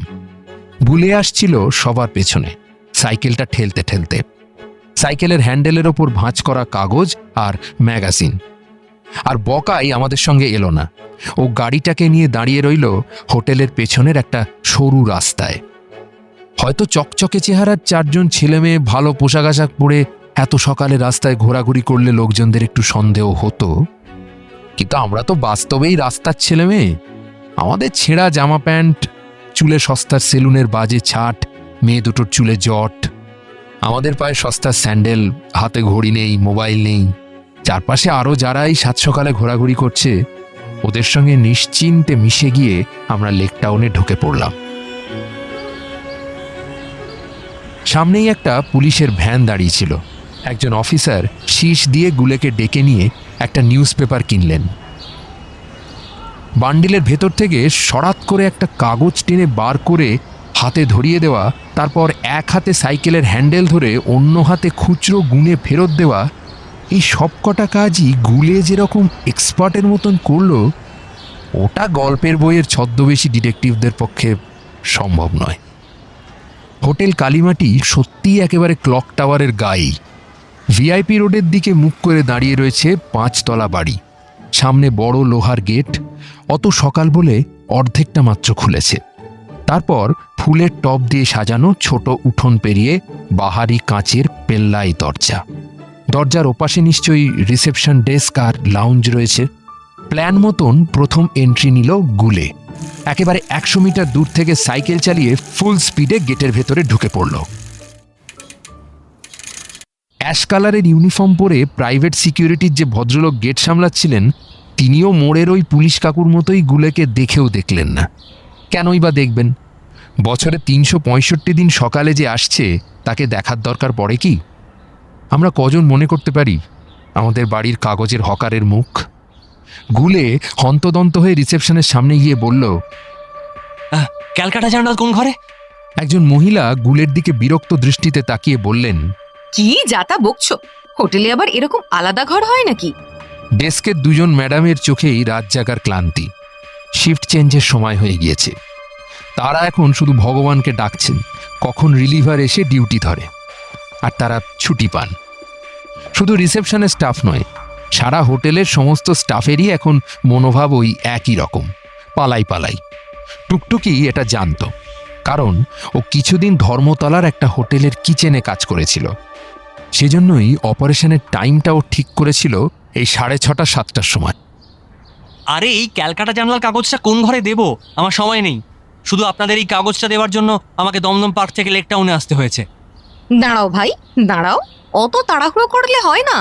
তাহলে এখানে রেখে যাচ্ছি, আপনি দিয়ে দেবেন। রাগ করিস না ভাই, এখন দেখ শিফট চেঞ্জের সময়, যাকেই ডাকবো সেই মেজাজ দেখাবে। এই বলে ইন্টারকমে কাকে যেন বলল, দেবুদা, স্পেশাল গেস্টের নিউজ পেপার এসেছে, পাঠিয়ে দেব? না না, বাইরের লোক কেন হবে, কাগজের ডেলিভারি বয়। তারপর ফোনটা নামিয়ে রেখে বললেন, একদম 4th ফ্লোরে চলে যাবে, করিডোরের শেষ মাথা। আরে রুম নাম্বারটা বলুন না, আমি খুঁজে নেব। রুম নাম্বার নেই বাবু, যা বলছি শোনো। করিডোরের শেষ মাথায় গিয়ে দেখবে ছাদের সিঁড়ি উঠে গেছে, ছাদ অবধি যেতে হবে না, তার আগেই ল্যান্ডিং এর দরজা, ঠিক আছে? গুলে উত্তর না দিয়ে ব্যস্ত সমস্তভাবে পা চালালো লিফটের দিকে। কেন দেখলি? গুলে ফিরে আসা মাত্র আমরা হোটেলের পিছনের গলিতে ওকে চেপে ধরলাম। কিচ্ছু দেখতে পাইনি রে। সাইকেলটা আবার বকায়ের ভ্যানের পেছনে ওঠাতে ওঠাতে গুলে জবাব দিল, এক পাল্লা সলিড কাঠের দরজা, ভেতর থেকে বন্ধ ছিল। যে ছেলেটা দরজাটা একটু ফাঁক করে আমার হাত থেকে কাগজটা নিল, সে বোধহয় এই ভ্যানটাকে এক হাতে তুলে ফেলতে পারবে। বিশাল লম্বা চওড়া চেহারা, একটা ক্যাটক্যাটে লাল ট্রাকস্যুট পরেছিল, এমনকি মাথার টুপিটা অবধি খোলেনি, আবার সেটার রঙও লাল। সাইকেলটাকে যথাস্থানে রেখে গুলে আমাদের দিকে ঘাড় ফেরালো। তারপর অবাক হয়ে বলল, আরে টুকটুকি আর মান্তু কোথায় গেল? শিফট ধরতে গেছে, ওদের আজ আবার কিচেন ডিউটি। সত্যি তখন টুকটুকি হোটেল কালীমাটির বিশাল কিচেনের একপাশে দাঁড়িয়ে একের পর এক পাউরুটি স্লাইস করে চলেছিল। পাশে দাঁড়িয়ে মান্তু বাটারের ব্লক থেকে বাটার লাগাচ্ছিল। কিচেন ইনচার্জ একবার আর চোখে সেদিকে তাকিয়ে অন্য একজন হেল্পারকে বললেন, মেয়ে দুটোর তো তৈরি হাত দেখছি, কবে কাজে লাগলো? আজকেই কাজে লেগেছে স্যার, তবে ওদের কিন্তু টেম্পোরারি ডিউটি। কালকেই শেফ বলছিল 5 তলার পেশেন্টের জন্য হালকা রান্না করতে হবে, ওদের সেই কাজের জন্যই অ্যাপয়েন্ট করা হয়েছে। আমি জানতাম না, ওরা নিজেরাই এসে বলল ওদের আগামী 3 দিনের কাজের কথা বলা হয়েছে। কিচেন ইনচার্জ দেখলেন মান্তু একটা ছোট টি পটে চা ভেজাচ্ছে। টুকটুকি দুটো সেদ্ধ ডিম ফুটন্ত জল থেকে তুলে একটা ঠান্ডা জলের পাত্রের মধ্যে ডুবিয়ে দিল। তারপর ঠান্ডা জল থেকে তুলে আলতো হাতের চাপে পুরো খোলাটা সুন্দর করে তুলে আনলো। তিনি বললেন, দেখো, যদি পারো মেয়ে দুটোকে পার্মানেন্টলি রেখে দাও, they will make good cooks. Tuktuki পায়ে পায়ে কিচেন ইনচার্জের দিকে এগিয়ে এসে বলল, স্যার, এপ্রন কোথায় আছে? ওই কাভারটার মধ্যে থেকে বার করে নাও। তোমাদের পেশেন্ট কফি খান? কফি নিয়ে যাচ্ছে যে? না স্যার, পেশেন্টের জন্য লিকার চা, আর কফিটা ওই ঘরের অ্যাটেন্ডেন্টের জন্য। গুড, চলে যাও। ফিরে এসে আমাকে বলবে দুপুরের রান্নার জন্য স্টোর থেকে কি কি লাগবে, আমি স্লিপ লিখে দেবো। Okay sir, thank you sir. Tuktuki আর মান্তু লিফট ধরে 4th ফ্লোরের দিকে উঠে গেল। উঠবার পথেই টুকটুকি ওর স্কার্টের পকেট থেকে একটা পুরিয়া বার করে অনেকটা সাদা গুঁড়ো কফির কাপে ঢেলে দিল। এটা ওকে জোগাড় করে দিয়েছে শিয়ালদা বহরমপুর লাইনের বিখ্যাত কেপমার গোকুল পাল। ওই লাইনের কত প্যাসেঞ্জারকে এটা ওটা খাইয়ে বেহুশ করে যথাসর্বস্ব নিয়ে পালিয়েছে গোকুল, তার ঠিক নেই। গোকুল জেলের বাইরে থাকলে টুকটুকিদের হোটেলেই দুপুরের ভাত খায়। টুকটুকিকে প্রায় জন্ম থেকেই দেখছে, ওকে ভালোবাসে খুব। তবে ওর পড়াশোনা শেখাটা কোনোদিনই ভালো চোখে দেখেনি গোকুল কাকা। গুলের মুখ থেকে শুনে দাদুকে যে ঘরে আটকে রাখা হয়েছে সেই ঘরটা সম্বন্ধে বেশ পরিষ্কার আইডিয়া হয়ে গিয়েছিল টুকটুকির। সে সোজা সিঁড়ির ল্যান্ডিংয়ের ওই দরজায় বেল বাজালো। যার দরজা খোলার কথা সে দরজা খুলল। ক্যাটক্যাটে লাল ট্র্যাকস্যুট আর টুপি পরা দৈত্য। মান্তু বাইরে দাঁড়িয়েছিল। টুকটুকি ব্রেকফাস্টের ট্রে নিয়ে ঘরে ঢুকল। দরজার লাগোয়া সেই ঘরটা বসার ঘর। উল্টো দিকের দেয়ালে আরেকটা দরজা। ওই দরজা দিয়ে পাশের ঘরটায় যাওয়া যায়। উল্টো দিকের দরজাটার একটা পাল্লা অল্প একটু খোলা। তার ফাঁক দিয়ে যা দেখল তাতে টুকটুকির মনে হলো সে অজ্ঞান হয়ে যাবে। টুকটুকি দেখল হাসপাতালের বেডের মতন একটা লোহার খাট। খাটটায় যিনি শুয়ে আছেন তার ফর্সা রোগা পায়ের গোছ দুটো ছাড়া শরীরের আর কিছুই প্রায় দেখা যাচ্ছে না। তবে হতাশ হওয়ার জন্যে ওইটুকুই যথেষ্ট, কারণ একটা পা লোহার শেকল দিয়ে খাটের রেলিংয়ের সঙ্গে বাঁধা রয়েছে। ওদিকেও তো দেখার কি আছে, ট্রেটা টেবিলের ওপর নামিয়ে বেরিয়ে যাও। লাল দৈত্যের গলার স্বরটা অদ্ভুত ঠান্ডা, শুনলে শরীরে কাঁপুনি লাগে। আমাকে বলেছে খাওয়া হয়ে গেলে বাসনগুলো নিয়ে যেতে। বেরিয়ে যাও। আমি দাঁড়াচ্ছি স্যার, বারবার ওপর নিচ করা। ঘাড়ের পেছনে একটা ছোট্ট ধাক্কা। টুকটুকি প্রায় উড়েই ল্যান্ডিংয়ে বেরিয়ে এলো। পেছনে শব্দ করে বন্ধ হয়ে গেল নম্বর ছাড়া ঘরের দরজা। টুকটুকির মুখটা লাল হয়ে গেল। সে দাঁত দিয়ে ঠোঁট কামড়ে 1 মিনিট কি যেন ভাবল, তারপর মান্তকে বলল, তুই এখানে দাঁড়িয়ে না থেকে ছাদে উঠে যা। কেউ বাই চান্স ছাদে গেলে এমন ভাব করবি যেন ছাদে কাপড় মেলতে গেছিস। আমি তারু আর বকাইকে পাঠাচ্ছি, ওরা বলে দেবে কি করবি। আর তুই? আমার কাজ আপাতত শেষ, আমি নিচে ওয়েট করছি। নামবার সময় লিফট না ধরে টুকটুকি সিঁড়ি বেয়ে নামতে শুরু করলো। দুটো লিফটেই এখন অনেক লোক, সকলেই প্রায় হোটেলের স্টাফ। নাইট শিফটের শেষে বাড়ি ফিরবে বলে নিচে নামছে, সেজন্যই এখন লিফটে ওঠা একদম সেফ নয়। তাছাড়া অন্য একটা কাজ রয়েছে। 4 তলা থেকে যেখানে সিঁড়িটা ওপরের দিকে উঠেছে সেখানেই দেয়ালের গায়ে একটু ওপরে একটা ফিউজ বক্স। টুকটুকি চট করে একবার চারিদিকে চেয়ে দেখে নিল কেউ দেখছে কিনা। তারপর ফিউজের সুইচটা অফ করে দিয়ে তরতর করে বাকি 4টে ফ্লোর নেমে এসে রিসেপশনের সামনে দাঁড়ালো। রিসেপশনের 2 ম্যাডামের মুখ দেখে মনে হলো তারা এখন মানুষ খুন করতে পারেন। 7টা বাজতে চলল, অথচ রিলিভার আসেনি। টুকটুকিকে দেখে তাদের মধ্যে একজন অত্যন্ত অরিসেপশনিস্ট ভঙ্গিতে খেকিয়ে উঠলেন। কি হলো? টুকটুকি হোটেলের অ্যাপ্রন পরে আছে, কাজেই তার পরিচয় নিয়ে সন্দেহ নেই, তাকে ধমকানোই যায়। আর 4 তলার ইলেকট্রিকের লাইন চলে গেছে। জানি, এর মধ্যেই 6 জন বর্ডারের ফোন এসে গেছে। বেদম চেঁচাচ্ছে সবাই। এদিকে রঘুদা বলছে জেনারেটরের তেল ফুরিয়ে গেছে, কেউ কিচ্ছু দেখে না। একটা চিড়িয়াখানা হয়েছে এই হোটেলটা। অন্য মহিলা বললেন, এত সকালে ইলেকট্রিশিয়ান কোথায় পাই বলো তো? এই বলে একটা ডায়েরি বার করে ভদ্রমহিলা বোধহয় এলাকার ইলেকট্রিশিয়ানদের নাম্বারই খুঁজতে শুরু করলেন। আমার দাদা পাশেই থাকে, ইলেকট্রিকের কাজ জানে, ডাকবো? যাও তো বোনটি, ডেকে আনো। একটা হাঁফ ছেড়ে ভদ্রমহিলা ব্যাগ থেকে টিস্যু পেপার বার করে মুখ মুছতে শুরু করলেন। অন্যজন ততক্ষণে ইন্টারকমে বলে যাচ্ছেন, প্লিজ স্যার 5টা মিনিট সময় দিন। না স্যার, এখানে তো এমনিতে লোডশেডিং হয় না, তাই জেনারেটর স্ট্যান্ড বাই থাকে না। আমি দেখলাম টুকটুকি হন্তদন্ত হয়ে পিছনের গলিতে ঢুকছে।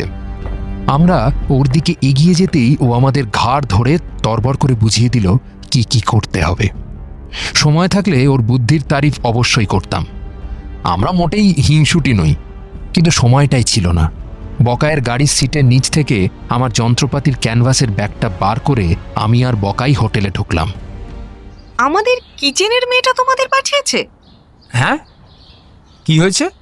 3rd ফ্লোরের লাইন চলে গেছে, দেখে এসো। বকাই লিফটের দিকে হাঁটতে হাঁটতে ঘাড় ঘুরিয়ে বলল, সকালবেলায় ঘর থেকে ডেকে এনেছেন, পয়সা দেওয়ার সময় কিন্তু কথাটা মাথায় রাখবেন। রিসেপশনিস্টদের মধ্যে একজন অন্যজনকে বললেন, এইটুকু ছেলে কেমন পয়সা চিনে গেছে, তাই না? বকাইকে বললাম, বাড়াবাড়ি করিস কেন? একটু ন্যাচারাল টাচ দিলাম আর কি। 4 তলার সিঁড়ির বাঁকে বকায়ের হাতে একটা প্লায়ার্স আর কিছুটা তার দিয়ে দাঁড় করিয়ে দিলাম। বললাম, যা পারিস খুটখাট চালিয়ে যা, শুধু ভুল করেও সুইচটাকে ওপরে তুলবি না, তাহলে লাইন চলে আসবে। তারপর এদিক ওদিক দেখে কয়েকটা সিঁড়ির ধাপ টপকে ল্যান্ডিংয়ের বন্ধ দরজাটার সামনে গিয়ে দাঁড়ালাম। ব্যাগ থেকে স্ক্রুড্রাইভার বার করে খুব তাড়াতাড়ি চাবির ফুটোর ওপর লাগানো স্টিলের পাতটা খুলে ফেললাম। বেশ বড়সড় একটা গর্ত পাওয়া গেল, যেটার মধ্যে দিয়ে তাকালে পুরো ঘরটাই দেখা যাচ্ছে, এবং যা দেখলাম তা মোটেই সুন্দর দৃশ্য নয়। লাল ট্র্যাকস্যুট পরা দৈত্যটি এখন একটা বড় সোফার ওপর প্রায় পুরোটা জুড়েই কেতরে পড়ে রয়েছে। টুকটুকি বলেছে এইভাবে অন্তত 12 ঘন্টা ঘুমিয়ে থাকবে। তাহলে এই ঘরের লকটা ভেতর থেকে খুলবে কে? দাদুর পা তো শেকল দিয়ে বাঁধা। সময় নেই, একদম সময় নেই। শিফট চেঞ্জের সময় শেষ হয়ে আসছে, বড়জোর আর 10 মিনিট। তারপরেই মর্নিং শিফটের লোকেরা যে যার পজিশন নিয়ে নেবে। চারিদিকে ঘুরতে শুরু করবে হোটেলের স্টাফ, সিকিউরিটি এবং কে জানে হয়তো মাফিয়া জয়সওয়ালের নিজস্ব লোকজন। আমি ঊর্ধ্বশ্বাসে দৌড়ে ছাদে উঠে গেলাম। আমাকে ভালো করে না দেখেই মান্তু একটা চাদরকে টান টান করে মেলতে শুরু করেছিল। আমি ওকে ডাকলাম, ছাড় ছাড় ছাড়ো সব, এদিকে আয়, কাজ আছে, চলে আয়। তুই? আমি ভাবলাম বুঝি একা দাঁড়িয়ে থাকতে যে কি ভয় করছিল। তোকে কি বলবো তারু? আমি কোনো উত্তর দিলাম না, সময় নেই। ছাদের পাঁচিল দিয়ে ঝুঁকে দেখলাম নিচেই একটা কার্নিশ। সেই কার্নিশের গায়ে যে জানলাটা দেখা যাচ্ছে সেটাই নিশ্চয়ই ল্যান্ডিংয়ের ঘরের জানলা। আমি যন্ত্রের ব্যাগটা কাঁধে নিয়ে পাঁচিলের ওদিকে ঝুলে পড়লাম। তারপর হাত দুটো ছেড়ে দিতেই কার্নিশের ওপরে ল্যান্ড করলাম। ঠিক 2 সেকেন্ড বাদে আমার পাশে এসে দাঁড়ালো মান্তু। তবে ও লাফ মারেনি, একটা জলের পাইপ ধরে ঠিক কাঠবেড়ালির মতন নেমে এসে কার্নিশের ওপরে দাঁড়ালো। এবার দুজনেই তাকালাম বন্ধ জানলাটার দিকে। যথারীতি শক্ত লোহার গ্রিল দিয়ে জানলাটা ঢাকা, তারপরে কাঠের দুটো পাল্লাও ভেতর থেকে বন্ধ। একটা দীর্ঘশ্বাস ফেলে আমি ব্যাগ থেকে রেঞ্চ আর প্লায়ার্স বার করলাম। তারপর মান্তুকে জিজ্ঞেস করলাম, পারবি? যখন পেট ভরে খেতে পেতাম না তখন অনেক সহজে করতে পারতাম। এখন তো একটু মোটা হয়ে গেছি, তবু মনে হয় পেরে যাব। 10 মিনিট লাগলো উইন্ডো এসিটাকে ফ্রেম থেকে বার করে কার্নিশে নামিয়ে রাখতে।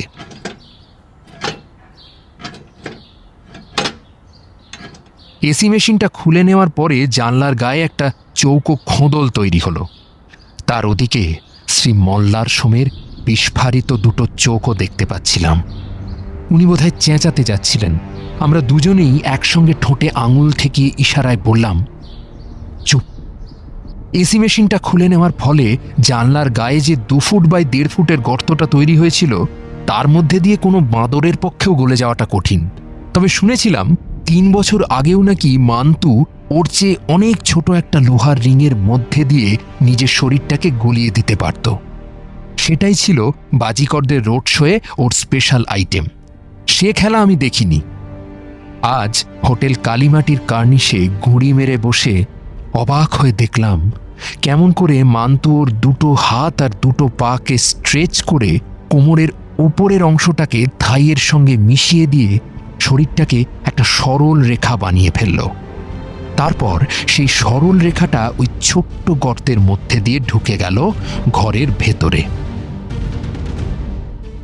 মান্তু ঘরে ঢুকে যেতেই আমি আবার পাঁচিল বেয়ে ছাদে উঠে সিঁড়ি দিয়ে নিচে নেমে গেলাম।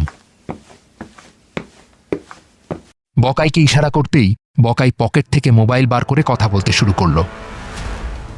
বেশি কিছু বলার নেই, ও শুধু শুভ কাকাকে বলবে, পুলিশ নিয়ে লেকটাউনের হোটেল কালীমাটিতে চলে আসতে হবে। হ্যাঁ হ্যাঁ, ইমিডিয়েটলি।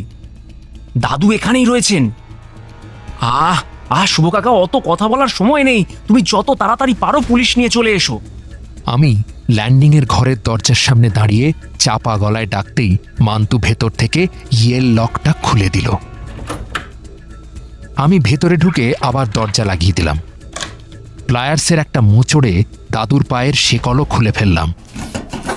এবার পোশাক বদলের পালা, এবং সেই কাজটাতেই সবচেয়ে বেগ পেতে হলো। দাদু কিছুতেই ওই লাল ট্রাকস্যুট পরতে রাজি হচ্ছিলেন না। লাল রংটা নাকি হিংসার রং, তাই ওনার খুব অপছন্দ। আমি আর মান্তু কিছুটা জোর করে কিছুটা বুঝিয়ে বাজিয়ে ওনাকে ট্রাকস্যুটটা পরালাম। এমনকি লাল টুপিটা অবধি ওনার মাথায় পরিয়ে শেডটা টেনে দিলাম নাকের ওপর অবধি।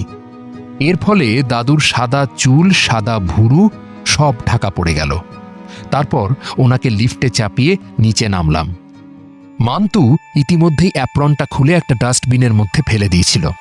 ওটা গায়ে চড়িয়ে বেরোতে গেলে সিকিউরিটিদের প্রশ্নের মুখে পড়তে হতো। নাম্বার আগে ফিউজের সুইচটা অন করে দিয়ে আসতে ভুলিনি। কাজ শেষ করতে না পারলে রিসেপশনে ম্যাডামরা আমাদের যেতে দেবেন কেন? হোটেল থেকে যখন বেরোচ্ছি তখনই গেটের কাছে একটা ব্লু কালারের অডি এসে দাঁড়ালো।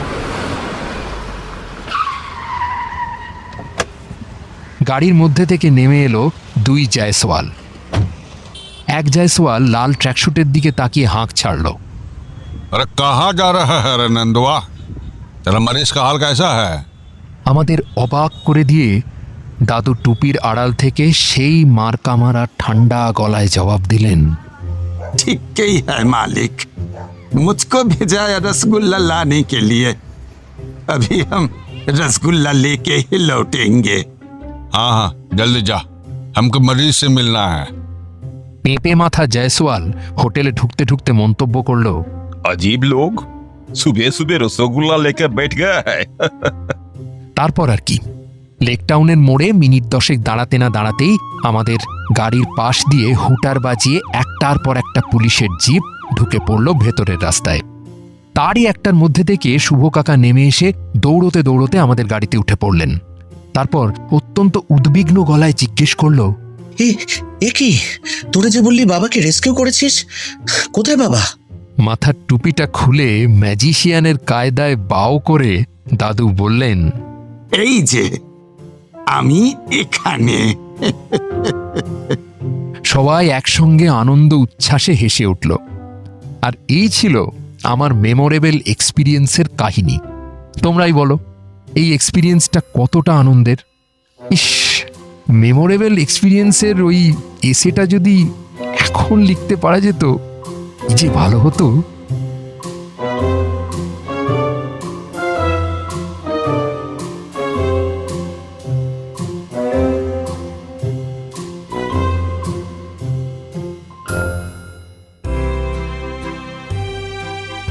ওয়ান-7 FM রেইনবোতে গল্প স্বল্প অরিজিনালসে আজ শুনলেন নাইট স্কুলের কমান্ডো দল।